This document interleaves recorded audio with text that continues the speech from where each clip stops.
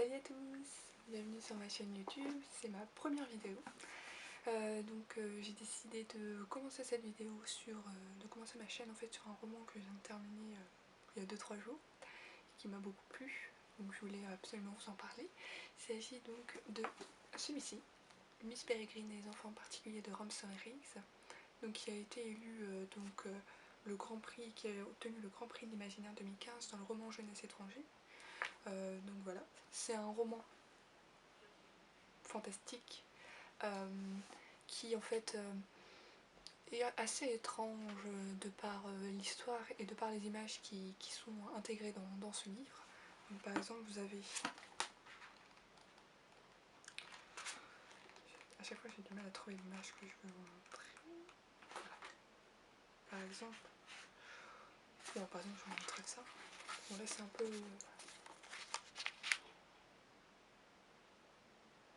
Donc ce sont des images qui sont authentiques et anciennes et que l'auteur est allé emprunter donc à des collectionneurs dont on a les noms à la fin du roman.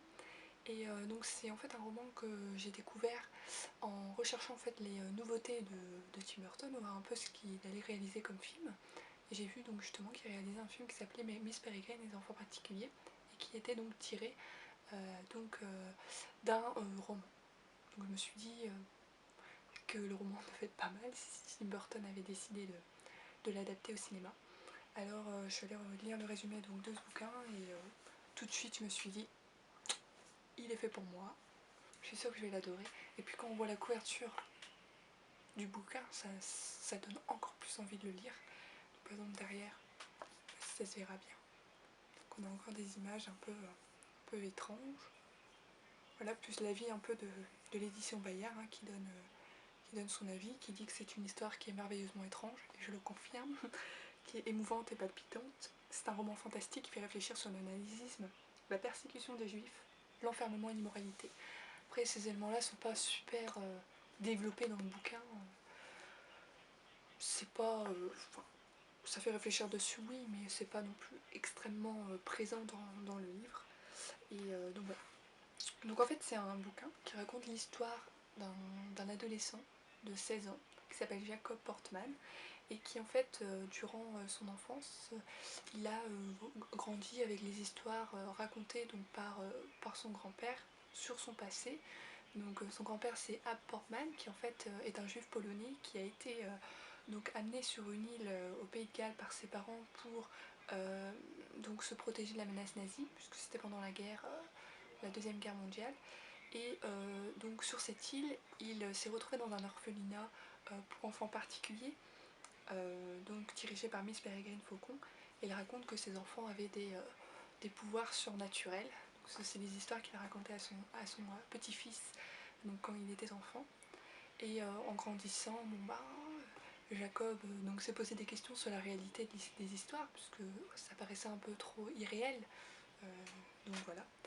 Et un jour en fait il retrouve son grand-père mortellement blessé près de son jardin en fait. Et il découvre pour la première fois la créature qui l'a assassiné. À partir de là il va décider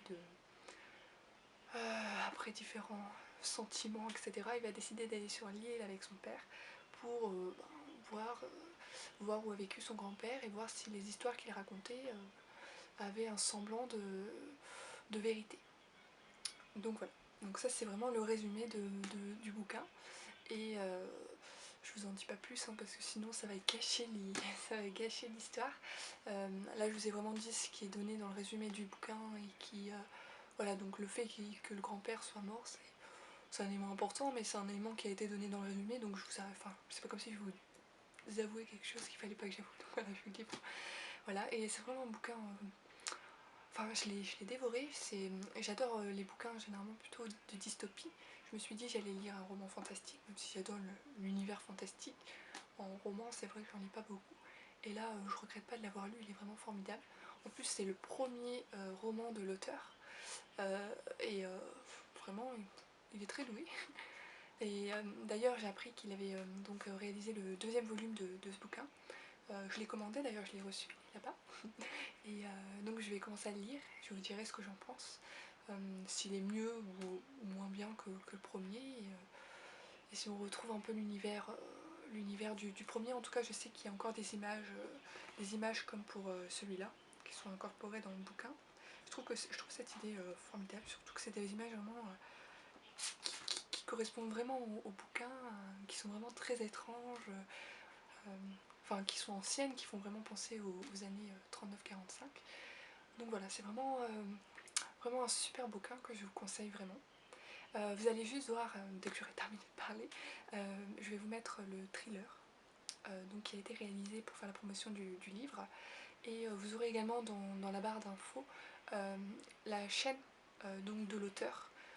Il y a des vidéos par exemple qui il explique où il a trouvé en fait le manoir, l'orphelinat en fait, qu'il utilise dans son thriller en fait. Et voilà, donc des différentes petites vidéos, et donc je vous les marquer donc, pour que vous voyez.